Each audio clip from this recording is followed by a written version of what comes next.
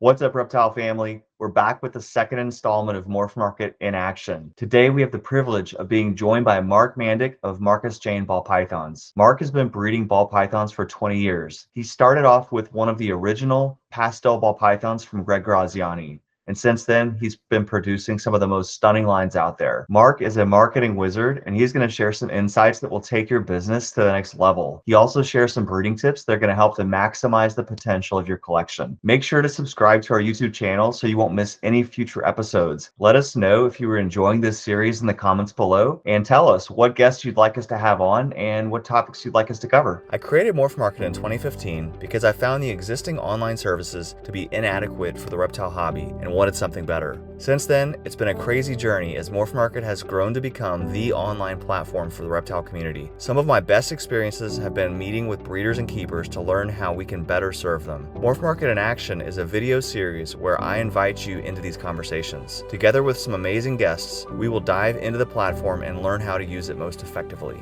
Along the way, you'll get to meet some of our favorite people and learn from their successes.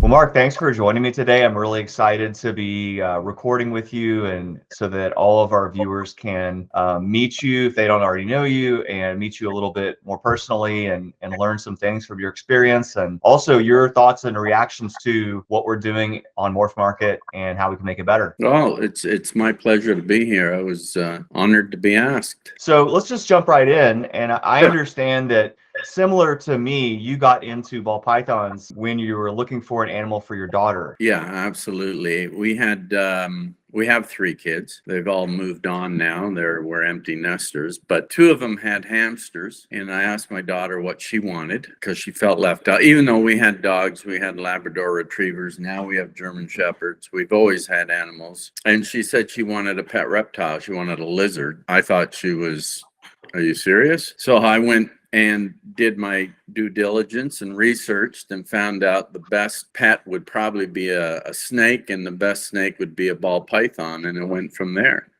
So I got her one, and that lasted about 2 weeks, her interest level. But my interest level peaked as soon as we got it. I thought this was fascinating because all these memories started rushing back to me, from when I was a kid. We lived in an apartment building, small. I think it was like 4 or 5 stories high, small apartment building. But on the back, there was a ravine. And I spent my whole childhood in this ravine, exploring, hiking, bringing home baby raccoons and, stuff like that. But one of the biggest things we did was always hunt for snakes. So, when I got this ball python and held it for the first time, it was like, wow, this is cool. This brings back some fond memories. And it went from there. I was absolutely, smitten by just their nature. They were such a cool snake. So went from there. That's the problem. When I dive in, I really dive in. I don't do anything, kind of lurking. I really get into it. So I don't know if that's a fault or I know the feeling. Definitely know the feeling on that. So what is that? You started off, I think you had a pair of animals about that time, and then how has your hobby / business evolved since then? Was that like the 90s, just to give us a time frame? Or the first snakes we bought were it was in December of 1999. And what was interesting is I started looking for ball pythons. The local pet store had one, but it had sold. And I said, well, when are you getting more in? And they said, well, it could be several months, because I didn't understand the whole breeding cycles and this and that, when more babies were coming in. And most of the babies being brought in were all imports from Africa. So there were, brokers here in Canada bringing in mass shipments of ball pythons and then distributing to the pet stores. So I started looking and found, Nerd was a site I found, and Ralph Davis and Pete Call and, those people. And I started calling around, and nobody wanted to ship a normal ball python to Canada, understandably. I went on, I forget what site I went on, but I think it was like Kijiji or something like that, which is our kind of marketplace site. And lo and behold, I found a ball python for sale, baby ball python. Wow, this is cool. And it was literally 20 minutes up the road from me. You know, all of Canada, it was 20 minutes up the road. So I immediately called, and that's when you actually used the phone, and went up there, and I bought one, and I saw another one, and I said, well, I want to buy this one too. Bought it, came home, had a 6-foot aquarium, you know, with all the caves, rocks, and everything like that, put them in there. Next day I called back, I said, you got any more? And they said, yeah, we've got 2 more. I bought 2 more normals, and that kind of launched my career in ball pythons. And I thought, you know, if I'm this interested in something like this, and you know, the timing was right, because at that point Steve Irwin, the crocodile hunter, was huge. Kids, they want dogs and cats, whatever, but the common complaint is they never take them for walks, they never clean out the kitty litter, they never do this and this. And I thought, well, maybe reptiles are the next big thing. Jumped into it, contacted Greg Graziani, and he had a morph called the Pastel Jungle, and I thought it was absolutely stunning. I mean, back then, how many genes were there, really? I mean, you look at, there were pied, caramels, albinos, but as far as codoms, you know, a snake that was yellow and black contrast, it was the Pastel Jungle, as we called it back then. And I put an order in for a male, and he says, yeah, I'll be hatching some stuff out. I should, you know, my female should start laying, blah, blah, blah. And through the process, we became friends, talked a bit, and he didn't have any clutches that year, not one clutch, because there was a big drought in Florida. And as a result, he had to unload some of his older animals just to raise some money. And I ended up buying a pastel male from him. That was from the original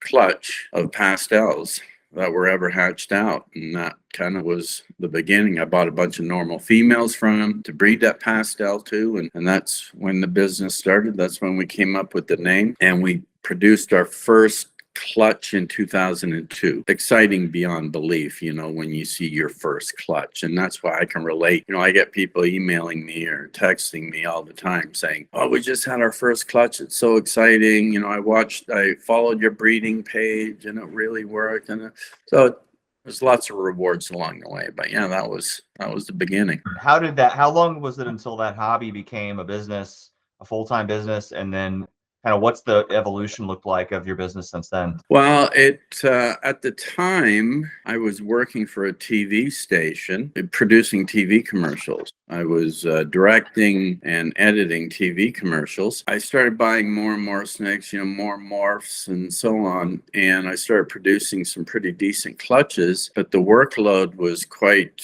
you know, there was a lot of work. I had to work a regular job and this, I'm sure a lot of people can relate. So it was 3 years before I quit my job and went into the ball pythons full time. We had named it already, Marcus Jane, which is a combination of my name and my wife's name. You know, we started doing marketing right off the bat that really wasn't seen in those days. You know, I was the first one at our shows to bring a TV and actually show pictures of snakes, you know, a loop on a VHS tape showing different morphs. We were the first ones to bring the pop-up banners with our logos and pictures and stuff like that. So, you know, back then you just threw a black cloth over a table and put your snakes down in deli cups and sold them. But I wanted to make it look more professional. I brought plants, you know, ferns and plants and so on, just to really step up the game. And it evolved from there. So, I mean, it's funny because our slogan was from day one, always evolving. And that's what we've managed to do, is just keep growing and growing and growing. It's been fantastic. I can't think of another business where every year is more exciting than the last year. And so you were able to use your professional background in marketing and production and translate that into becoming successful more quickly. And that kind of leads into another topic, which is, you know, I would say you were kind of a MorphMarket holdout. So fast forward 20 years being very successful on your own, having a pristine brand. And I know you were aware of MorphMarket because we had talked just a little bit.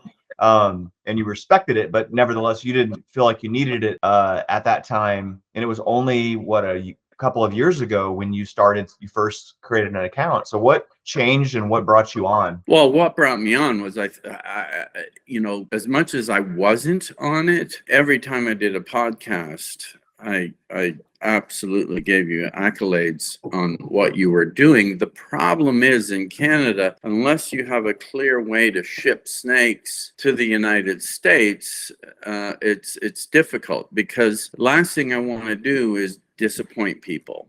So until I had, the proper shipping in place, and even today, it's very, very difficult to do. Not because it's difficult on our side, it's more difficult on the US side, because, you have US Fish and Wildlife. MorphMarket, I was waiting for the right time. I wanted to get the right photographs. I'm a real stickler for, making sure it has my logo on there, making sure the photographs are good and accurate as far as the color representing the snake. So yeah, I waited, but talk about take off in business. It was unbelievable. I've never experienced anything like that. And so how's that affected your business since, I guess that would be basically for a year and change since you came on? Well, it's really, given me more exposure in the States. I just uploaded, I don't know, maybe 75 photographs last week, new snakes on MorphMarket. But, everybody will tell you 2021 was a pretty magical year in sales. And everybody's telling you this year that sales have kind of dropped off and so on. So I didn't get the same response I got in 2021. But I also, in 2021, I think I launched at the perfect time, in November, whereas now I did it in January. And January can be quite a slow month when it comes to sales of snakes. MorphMarket has made a huge difference. If I look at, I've been doing this 23 years now, and if I look at all the high points in the industry, I would say MorphMarket is at the absolute top, because it's given a tool to breeders to not only sell their snakes, but to also get accurate pricing on snakes. That's something that was always missing. How much should I sell this for? So before I post a snake, I'll go in and I'll type in the genes, and I'll look at all the other ones that are for sale, and I'll go, somewhere, depending on the snake, somewhere in the middle, somewhere on the top, and go from there. So it's been really fantastic for that. But without any further ado, let's jump into the website and look at some of your animals and play with the system. We'll see how you've got your store set up. And I bet that would be instructive to others as well who are looking to have a really strong presence and clean branding like you do. Got all the facts filled in. You can see that you export to the US, and lots of good badges. Of course, your images and your animals are really exciting, and so you get a lot of likes and follows. This is another cool feature, is because you have founded a number of different genes, and we actually display those on your store page. Yeah, and no, that's really good. Those link straight into MorphPedia, where you get credit and the year produced and some other photos and facts and information about that morph. Well, it's funny, you popped up the blade there, and I've always tried to clarify that it was a gene that was in my collection that I had bought from Brian Barczyk, but nobody singled out the gene and nobody named the gene. It was just reduced pattern, and which I thought was a terrible name for a gene. So I thought, well, I'd like to come up with something that's catchy and sharp. Blade, because it was very a defined, clean-edged, snake. So that's why I came up with Blade. The MJ Xanthic was something that popped up in my collection, and same as the Java popped up in my collection. I've got another gene now that I'm going to be sending pictures, submitting to MorphMarket shortly, called the Scrambler, and that's one gene that I'm super excited about. What happens if you put a blade with a Scrambler? Well, it's kind of interesting, because the Scrambler itself is kind of a reduced pattern type snake, but what it does is it makes everything pop. So I was having this discussion with a fellow breeder the other day, and I went and saw his collection, and he said, can you give me some advice? Give me your opinion on my collection. I said, the genes you have are amazing. I'm not seeing a lot of pop. And he said, like light, because light doesn't sell. I said, there's a difference between light and bright. And you can have a dark snake that's bright.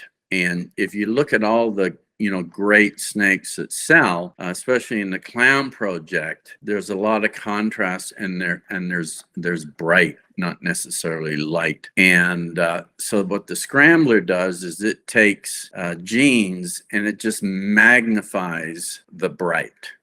And, side by side, there's just no comparison, one with a scrambler, one without a scrambler. So I'm very, very excited about that. And especially, putting into, projects like the Clown Project. I've already got it in Pied projects and stuff like that. That sounds exciting. We're excited to get a MorphMedia article up that documents all your findings and what they look like and the different combinations. Another feature you have used that not everyone's used on MorphMarket is you've selected and featured certain ratings that you received, and so you've got a lot of nice testimonials here.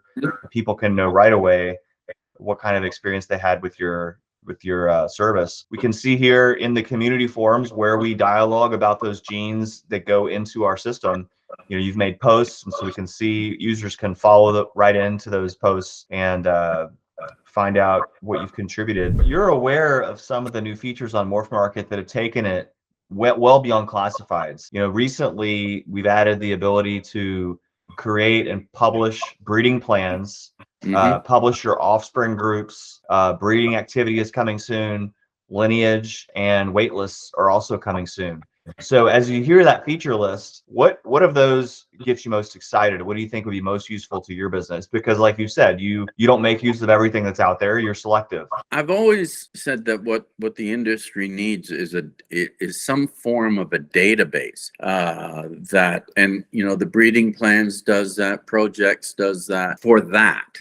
But I would love to see something where you have, if a MorphMarket person buys a snake and puts a deposit down, I can input that deposit, get the address right there of that individual, so that at any given time I can generate a list or look at the screen and say, okay, I've got this, and it has all the pertinent information, including, delivery hub and so on, and then be able to utilize that tool. Whereas right now, I don't know if that even exists. I think because I do all my business, like I don't advertise snakes on my website anymore. They're all on MorphMarket. And if anybody asks, I direct them to MorphMarket to be able to have that ability to just click on the person, and that person already has all their information in there, and you just add it to your list with the snake. That would be absolutely fantastic. But I'm a very visual guy, meaning I want to be able to just with a few clicks see everything I need to see on a particular snake. Like I don't know if you're going to keep records of females that you can just input, that what clutch they had this year, when they had it, how many eggs, how many slugs, how many whatever. And then you can just click on it and say, hey, this female, she's only produced for me 2 times in the last 10 years. This is not good.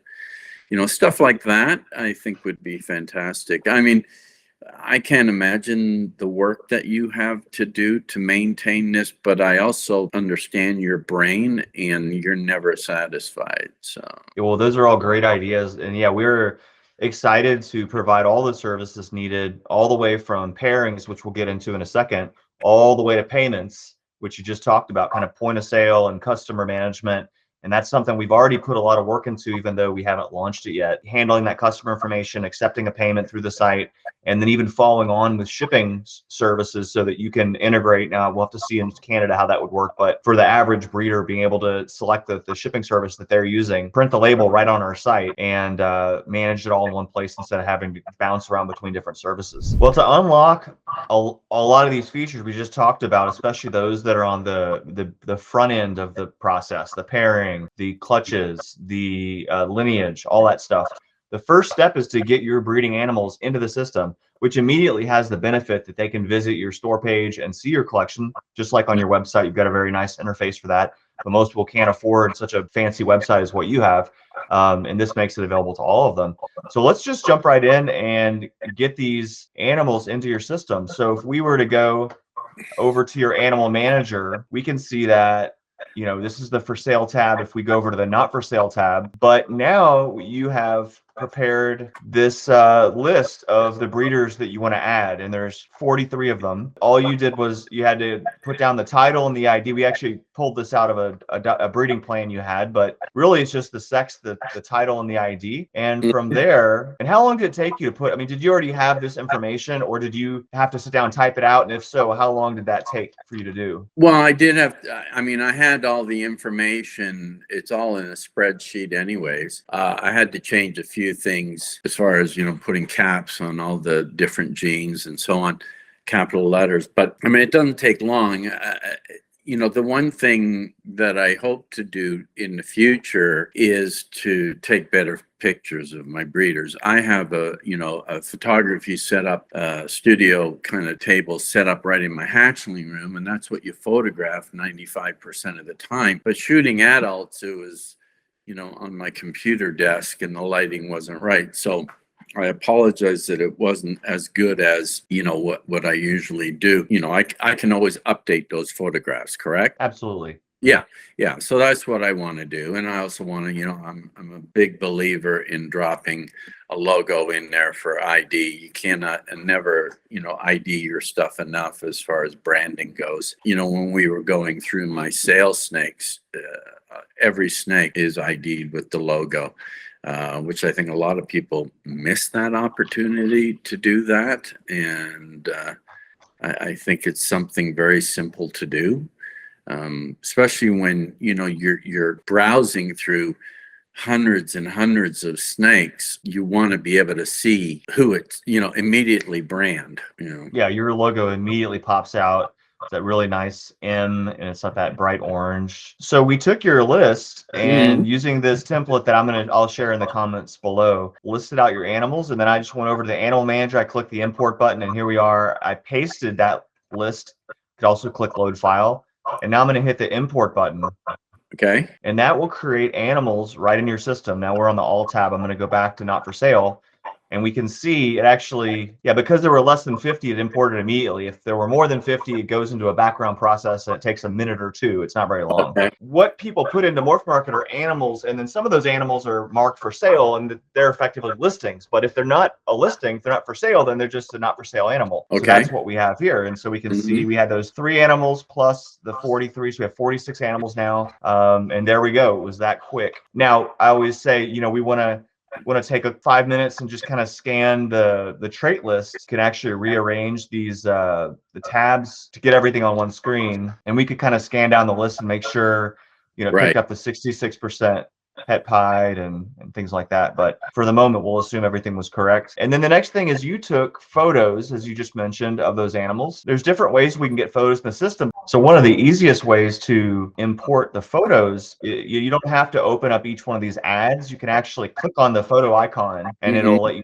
select an image. Or another way is we can simply go down the list and drag and drop. So if I choose this photo and I just drag it onto that row and get number 8, you've got those numbers, which makes it really easy for me to see. And people can create IDs using whatever schema they like, whatever format they want. Your ID system, you have a unique number in the beginning, which is really nice because it makes it very clear that which animal we're talking about.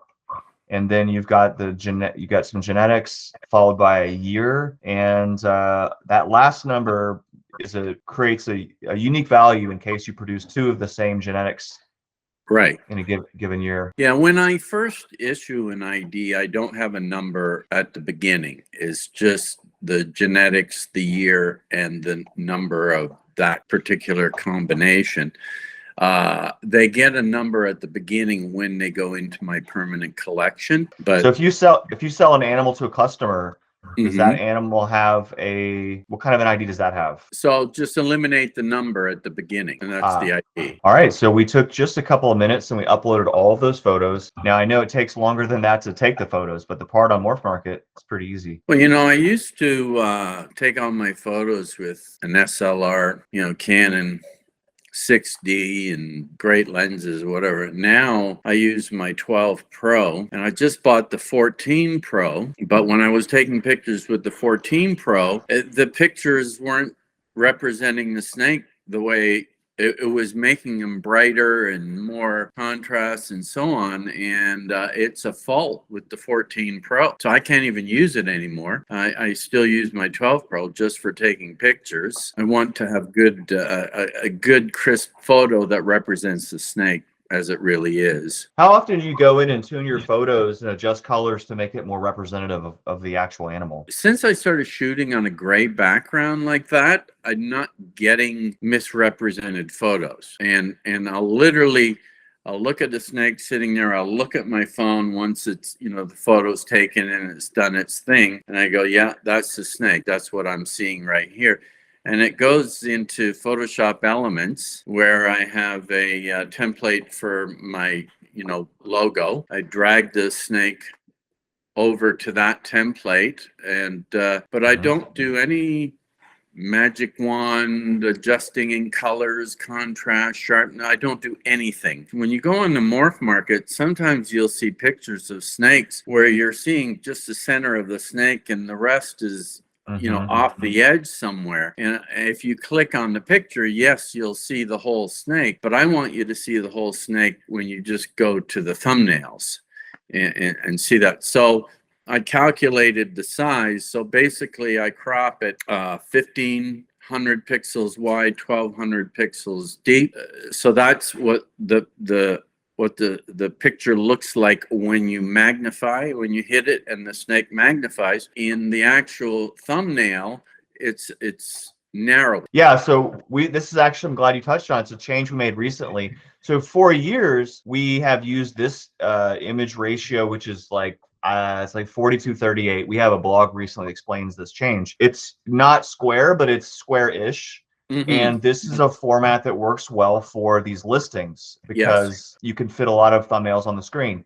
Now, prior to a few months ago, when you visited the animal page like this, we were showing the original uploaded dimensions, which could have been anything. It could have been horizontal, vertical, wide, narrow, whatever. Yeah. And so that created some confusion because, like you said, you want, when people look in the search results, you want them in those thumbnails, you want them already to see the whole animal. And so what we've done is we've used that same aspect ratio we were already using, and now we use it here as well, so that it is, now if they click on it and you had some different the original picture was bigger, it would show the whole thing here still, but when they come to this page, it's always going to be that same aspect ratio. So we've been trying to make the whole site more consistent, so it's less surprising because it shows up one way here and one way there. But it sounds like you're getting really good results off the 1500 by 1200. And when I take a photograph, I have it set at square on my phone. So that's what it's, I'm not, holding my phone sideways or lengthways. I hold it lengthways, but it's always square. And then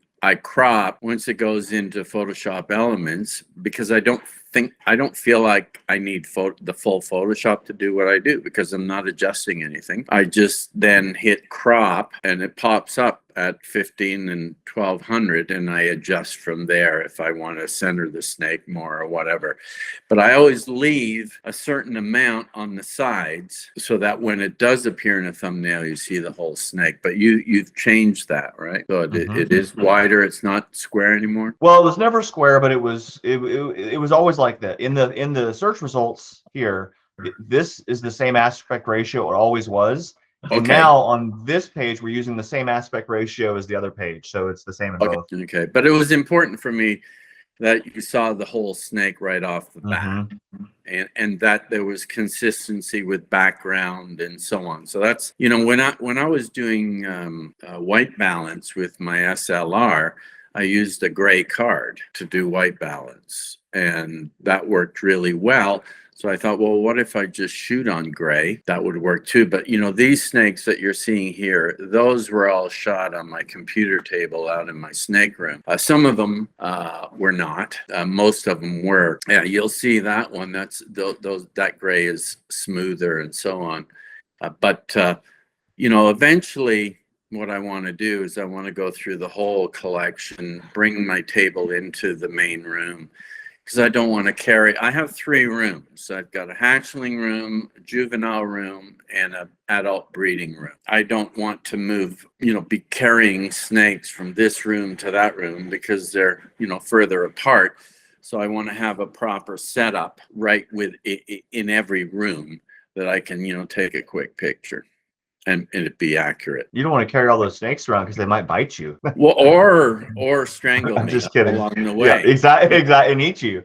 Yeah. Or my neighbor that lives, 2 miles away. So now that we've done the work to load at least a part of your collection into the system, Mm-hmm. let's go over and look at this new part of the site called breeding plans. Okay. And initially, right now, it only gives a user one plan, but in the near future will allow for arbitrary plans to be created, one per year, and other kind of hypothetical scenarios they want to experiment with. Mm-hmm. But in order, if we had uploaded 300 breeders, that'd be a lot of animals, and maybe you're not going to breed them all this year. So in the plan, we're going to activate the breeders that you're going to be using for this plan. So it's actually pretty easy because so far, pretty much all these animals we just added. I mean, I can just go down the list here because all of these animals are going to be in your plan. So I'm just going to select them all. There could be a select all option here, I guess. And I'm going to show, like I showed in the other video, I'm going to show a trick, a little more advanced thing, because what we're actually doing is adding a tag to those animals called Breeders 2023. And if we scroll over in the Animal Manager, we'll see a tag column. And so we can also just select, well, we don't want to add those 3 you already had. And those are in here somewhere okay, they're at the bottom. So I'm going to deselect those 3 because they're not part of your plan, but all the rest are selected. And then I'm going to use a bulk action change tag, and I'm going to flip that to gold and save it. And that'll add the tag to all those animals. So when we come back over here to the breeding plan, now all those animals we've added are activated for your plan. Now, and that's breeding plan 2023. Now, what if I'm doing this breeding plan in August of 22?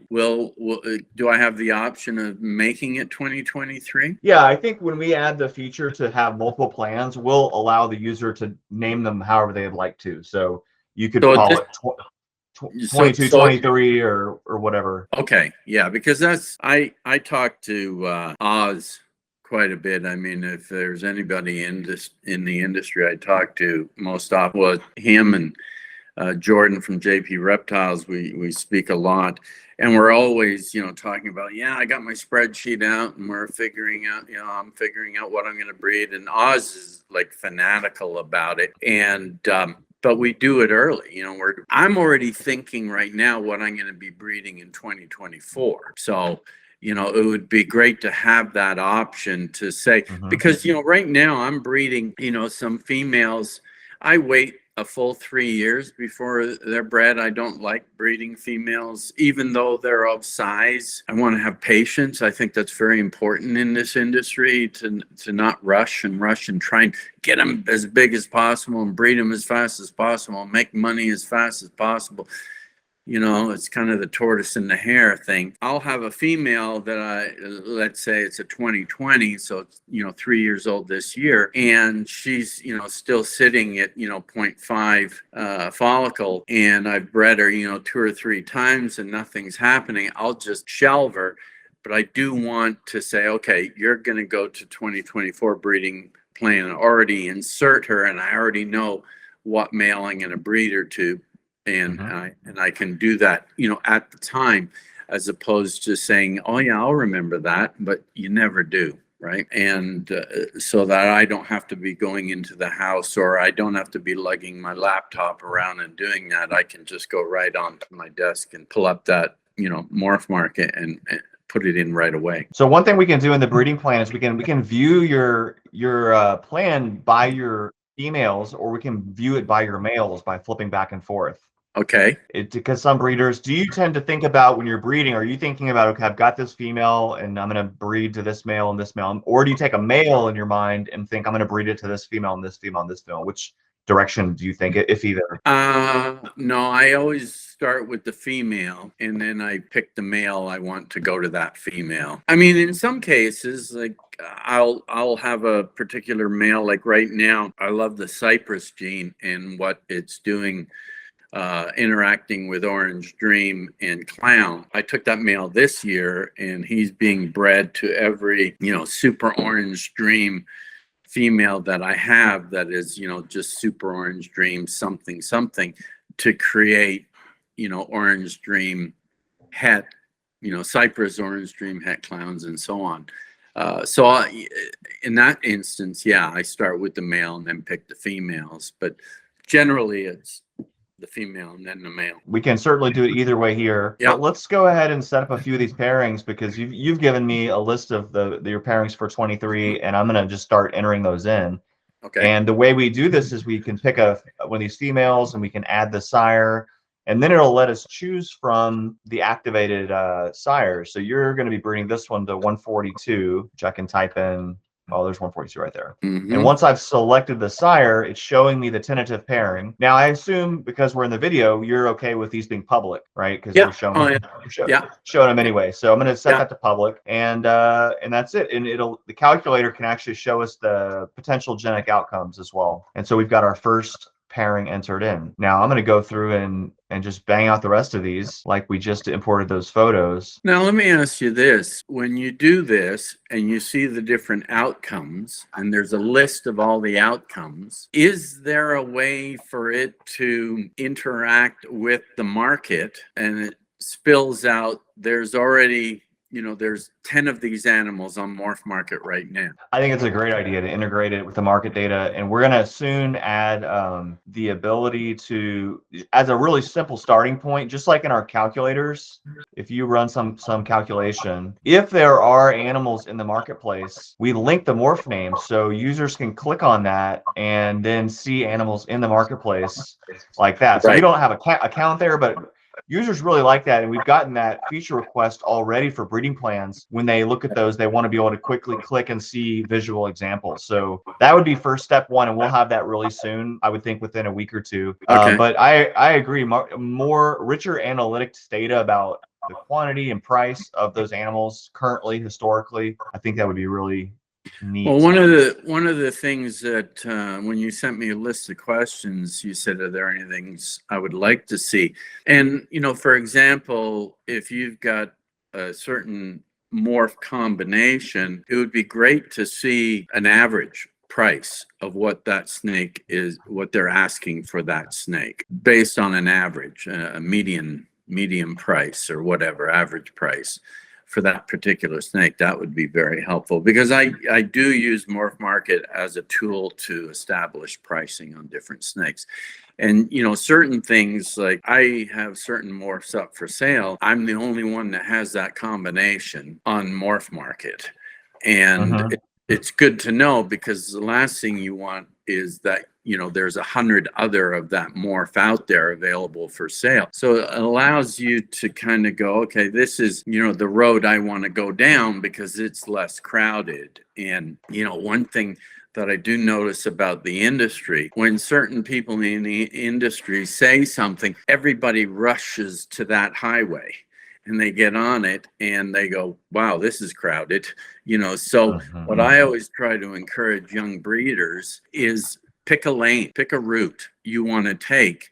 And sometimes, you're the only one on there, so that, when people buy that snake, it's already, not already a crowded marketplace with that particular morph. Right, and there's not necessarily a precedent for the value, and so you give it more of an opportunity to set the value. And when the combination comes up, so for example, when you put a male and a female and it lists all the possibilities to be able to click on that particular combination and have those snakes pop up so you can kind of see what they are. I mean, this whole industry is built on visual. You know, we're sitting here as mad scientists in our breeding rooms trying to figure out what these animals are going to look like. And if you could have a sneak peek, that certainly helps, you know. And sometimes you look at it and you go, yeah, I don't think I want to go down that road. That's not necessarily what I want to do. So you can tweak it from there and maybe change your pairing. And what are some things you think about when you're setting up your plan? I mean, you already mentioned you're thinking about how many are out there in the marketplace. Obviously, you're thinking about value. You're looking at the appearance. You know, earlier you talked about making bright versus light animals. I've never really sat down and said, okay, how can I maximize my earnings by doing these pairings? I'm more interested in producing beautiful animals. You know, my career in this is the beautiful animals that sell. We've been cursed from day one with, you know, a species, the ball python, Python regis, that never really got better with age. They always got worse with age. And now we're starting to produce animals that actually do get better with age. And that's a really important thing for me. When I organize a pairing, it's never to say, okay, I want to make, you know, $10,000 or $20,000 or $30,000 from this pairing. I'm more looking at what are the actual animals going to look like, and are they going to be unique in the industry so that, you know, I'm not in a crowded marketplace. And in doing that, they will demand a good value, and the uniqueness, you know, increases the value of them as well. But it's hard, because I find when people ask me, are you into this? Are you into this? Are you into this? I'm right now trying to pick my lanes, because I don't know how much longer, you know, I can keep doing this. I feel great right now, but, you know, I just turned 66, and I'd like to get in another 10 years is my goal. And I'd like to, you know, really produce some absolutely fantastic animals in the next 10 years. So I'm picking certain lanes that I want to go down. How many pairings how many males and females, let's say, are you pairing up this year? Well, I have 88 males that I use, and I'll probably pair 200 females. I'm a big fan of having more males than you actually need. You know, every time you go to breed that male, you know, the female just comes out of shed and she's sitting at 2-centimeter follicles, and you want to breed her out of mare, and you open up his tub and he's in shed. I mean, some of the males I wanted to send you pictures of, I think I told you they're all in shed this week. It's like it's uncanny. You know, I like to have multiple males. You know, when I have desert ghosts, I think I've got 8 or 9 desert ghost males that I use. And some of them I'll use at the beginning of the season, not thinking that's going to be the actual male that gets her going, that impregnates her, gets her gravid, but he's the male that stimulates her to grow her follicles so she's not wasting her time. And then I'll introduce, you know, the male I want to breed to her, the, you know, second and third breeding, if I do a third breeding. Well, there we go. We've got, we've got 29 females, and, you know, a couple other quick features we can show is I was using that least assigned to find the ones I had not yet, to sort to the top the ones I hadn't assigned yet. We can also do the same thing. We can sort by most assigned, and of course, I think you're only pairing your females one time each. That little 1X, the pink 1X is showing it's a female and it's paired one time. Now, if we go to the males, you can do the same thing. So you're pairing this. The Cypress leopard clown is pretty lucky. For example, with him, I'll breed another clown to that female to get her stimulated. And when she's sitting at, you know, 1.5 to 2, and those follicles look like they're growing, I mean, there's a big difference between a follicle that is just kind of sitting there and a follicle that is about to launch into growth, and you can kind of tell in you know, by ultrasounding what is what, and that's when I'll introduce that male to that female. So that's an interesting strategy. It's one that you mentioned a minute ago, I guess. Now I see it in action, which is you're going to use other males to, almost like pinch hitters, to come in and get the females excited and ready. Then you can use your prize male, and he doesn't have to do so much work to actually get the ovulation. So Mm-hmm. you in that way, you're able to use him more frequently than he could otherwise have done. It's a Yeah, pretty and cool I mean, idea. on average, I'll breed a female twice in the breeding season, and so these are fluff males. I get her, excited, and then I put the real male in with her. But that's kind of cool though with the breeding planet, because it brings that to the surface, right? That I didn't see that in the spreadsheet. The spreadsheet didn't give us that kind of metric, but it became real obvious once we looked at the plan. Now, one last thing we can take a look at, because we're getting short on time, is this outcomes button will give you some more metrics, and this will show you a holistic view of your entire plan. So we're breeding 29 females to 9 males, and there's a total of 562 possible outcomes. And so we've got, let's see, 24 pages of outcomes, and we can see how many. It sorts by default by expected count. So if we assume, and this is adjustable, that each of your clutches produces 6 viable offspring, then we can expect to get 4 of this first row, the super orange stream, calico, pied, het, hypo. And we can see which pairings are the ones that it might come from. Well, that's excellent, because again, visually you can look at it and go, oh, okay. I didn't think it could, I was going to get that many, or you can adjust your breeding, bring in a better male to try and improve upon that, Are there any genes in particular you would want to look at and see the combos that could come out? Again, cypress with anything orange dream. It's a cypress leopard clown is what it is. So see what comes out of that. We need to improve. Right now, this is a very basic search. It just filters. And so it's not allowing us to put combos here very well, but we're working on that to improve that, so you can search through this. Yeah, get on that. What's taking so long? Well, very good. One thing I didn't touch on, but pretty soon we're going to have activity tracking here. So every time you're pairing, you click the button or lock or follicle or shed and record those events. And then we're going to have in the plan itself, we'll rotate, basically provide an ordering where it's rotating them, so you can see real quickly on your mobile phone even what's the next male that I would likely want to pair her to. Do you have any plans of doing any kind of barcode scanning that is linked right to your program, so that, for example, on the outside of my bin, everything is there that I need to know, as far as, who she's being bred to, how many times she's been bred, and to what male, what date it was bred, the size of the fall. It's all there on a visual thing. And I think it would be really cool to be able to take a barcode scanner and you scan the female, and she has a barcode right on her ID, right on the bin, and then you could have a sheet of your males, scan the male that was bred to, and so on, and it automatically inputs the date and the male that she was bred to. Absolutely. Yes, that's something that's necessary, I think, to reduce the friction between the real physical world when you're in your snake room and the virtual website.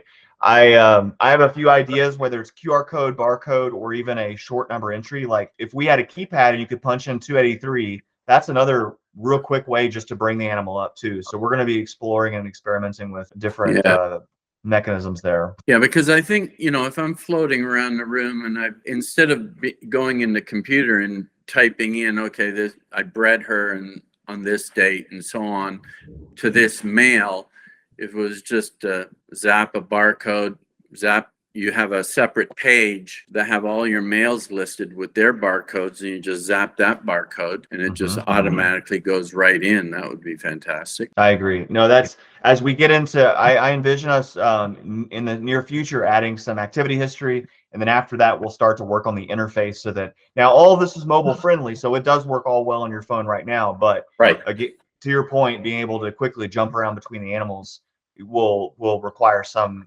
basic interface there. So totally agreed. The last thing we can do is we can jump back out and look at this from the point of view of a end user on the website. Like we put all that data in, we made those pairings public, and so if we go in ball pythons, which I just did, and then we switch over from the index for the listings for sale to the project index, and we can just go to all projects, then now we can see all those pairings you just entered are available for people to see and get excited about. And so I guess somebody, if they're looking for a particular morph down the road, could they go to the projects, hit the genes that they want, and it will come to that project, that particular breeder that's doing it? You could contact that breeder and say, hey, by the way, if you do produce this, I'd be interested. absolutely. So let's take a look at this one. This is a piebald orange dream. So let's say your results weren't first already, right? But that's what we were interested in. So let's say you can search the projects just like you can search listings. And so we can put these genes in there and see now we're down to only let's see, 20 or 31 projects total. Now, let's say that furthermore, I wanted to get a pied orange dream from you because I know yours are the best. And so I could add a filter here and say I can put a store filter on that. And now I'm looking at only your projects that are piebald orange dream. And so your customers can see that. Now, let's take it to the next level. I want to know when you produce that, or not produce, maybe when you enter a pairing in that matches this, like these results. And I want to be I'm not maybe I don't check every day, but I don't want to miss anything. So this little heart icon over here will allow me to save a search. So I'm going to call it MJ Pied OD, and I want to get an email and a mobile notification whenever you post that up. So I can save that. And if I go to searches and I go to projects, then I can see that search that I just created. I could, enable or disable the alerts or whatever. I can run the search. And then finally, so that's all tooling. I mean, this is all live on the website. The last piece you ask is the one we're most excited about, and we call it waitlists. And so within a week to 2 weeks, we're going to have waitlists on MorphMarket, which means, initially we're probably going to have it on your store page. So over on your store page, we're going to have a button that says create a add waitlist item or waitlist request or something like that. Okay. And that will let the user put in genes, sex, and other notes to get on a list that you'll be able to manage. You'll then see you've got a waitlist item. You could decline it, you could accept it, you can respond to it, you can reprioritize it. And it'll go straight into our messages system, just like you already used to interact with users on the, for inquiries. Okay. Now, the difference is you won't be required to respond because, you should accept it or decline it. But beyond that, there's no burden on you for response time or anything like that, because we understand it might take you years to produce the animal. But as soon as you do, there'll be like a one-click option to be able to go in the messenger and let them know, hey, I just produced this, it's establishing, are you interested? And if they're say yes, then we can create the inquiry from that. And if no, then you could either drop them off the list or you could reprioritize them. Maybe they get Garrett Hartle says when people don't accept when he says, hey, I've got one, and they aren't ready, he'll bump them to the back of the list. So then anybody who also interested would go first. So that is coming very soon, and we feel like that's the thing that's going to really bring, the projects are really cool already. That's going to make it actionable, because then, we can have that waitlist button on these combos. And so while they're looking at this pairing, they're like, ooh, I want that pairing. And they could click a button right here to create a waitlist item for that in case you hatch it or for when you hatch it. That's amazing. Do you get sleep, John? Like, do you?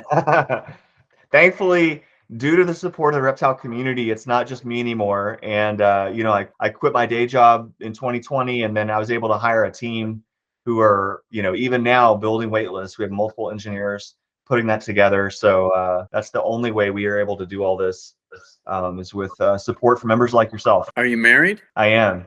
Yeah. Does your wife ever look at you and say, okay, I can hear you thinking? What she says is, I can hear your meeting because your office doesn't have doors anymore, and you're loud, and I'm trying to teach the kids in here. Oh, okay.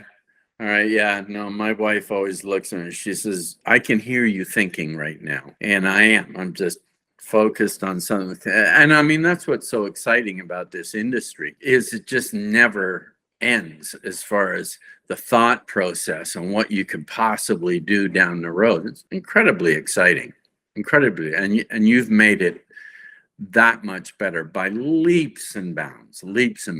Well, Mark, you're one of the fantastic people in the industry who you've been in investing in this industry for decades. You're a fantastic person. You have such high quality product, animals, and marketing around those animals. And I appreciate that. I know our viewers appreciate that. MorphMarket community supports that. And so I guess one last question before we wrap up. You've had all this experience, what are some things that you've done in the past that from your experience, or life lessons you've learned that you would share to others that are watching? Well, I think, I've always been involved in marketing in some way. I worked for publishing companies, different magazines. And then from there, I've always been an entrepreneur at heart. Just like ads in magazines have to be wow, just like commercials have to be wow. You have to earn that attention from people. And I think, with these snakes, they can't help themselves but be wow. When I, go on vacation, because my wife and I travel quite a bit. She's a travel agent, travel advisor, and she puts together trips to very exotic locations. Inevitably, we meet all these people on these trips, and they'll say, "So what do you do for a living?" And it's like, oh boy, okay, here we go. Are they afraid of snakes, whatever? And even if they are very skeptical, as soon as you start showing them pictures of some of these snakes, they're absolutely blown away. So, the snakes lend themselves to marketing. So you just go one step further, you get good photographs, you throw your logo on there, as far as branding, create a good, strong brand, which you've done. Everybody knows that snake in your logo and what it means. You don't even have to put MorphMarket. It's like Apple.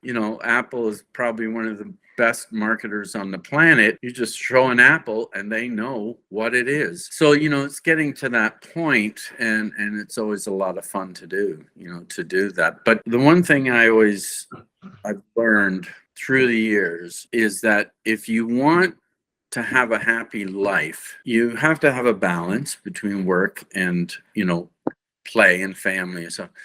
But it's always having the ability to put something in your path that you look forward to. When you're sitting there and you got nothing to look forward to, that's when it gets dangerous. But putting something in your path that you look forward to, and you could put a trip, you could put a dinner, a nice dinner at a nice restaurant, or a dinner you cook yourself.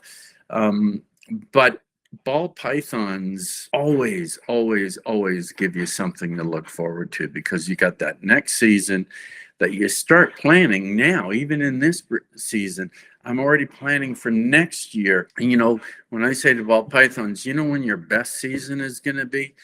The next season, and the next season, and the next season.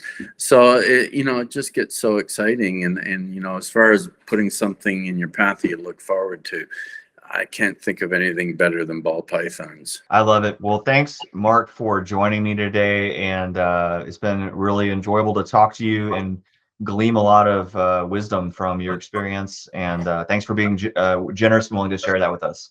Well, anytime. My pleasure.